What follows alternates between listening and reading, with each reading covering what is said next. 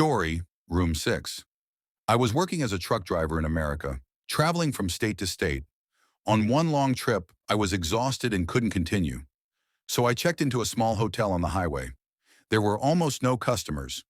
The reception was empty except for an old man with a strange smile. He handed me a key and said, "Room 6 at the end of the hallway." Scene 1. The tension begins. The room was unnaturally cold, like a refrigerator, even though the heat was on. I went in and threw myself onto the bed, but I noticed something strange. The clock on the wall was at 2 a.m. No matter how much I moved it, the hands wouldn't budge. I ignored it and tried to sleep. Scene 2. Strange events. I woke up to the sound of footsteps in the corridor, heavy, slow footsteps. I looked through the peephole, but the corridor was completely dark, except that I saw a tall shadow moving toward my room.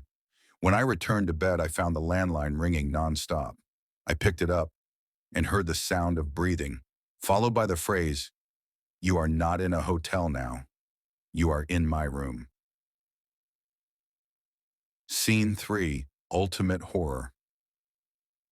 I felt something cold pass over my feet. When I pulled back the covers, I found a bloody handprint on my leg. I rushed toward the door, but no matter how hard I tried, it wouldn't budge. The corridor became narrower, its walls heaving and closing in on me. Suddenly, my face was reflected in the mirror. But it wasn't me. It was someone else, with jet black eyes. The conclusion, the shocking end. In the morning, I opened my eyes and found myself sleeping on the highway next to my truck, as if it had all been a dream.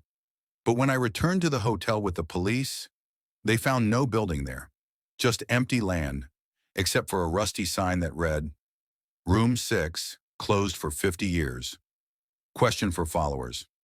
If you were in my place, would you have gone into room 6? Or would you have fled immediately?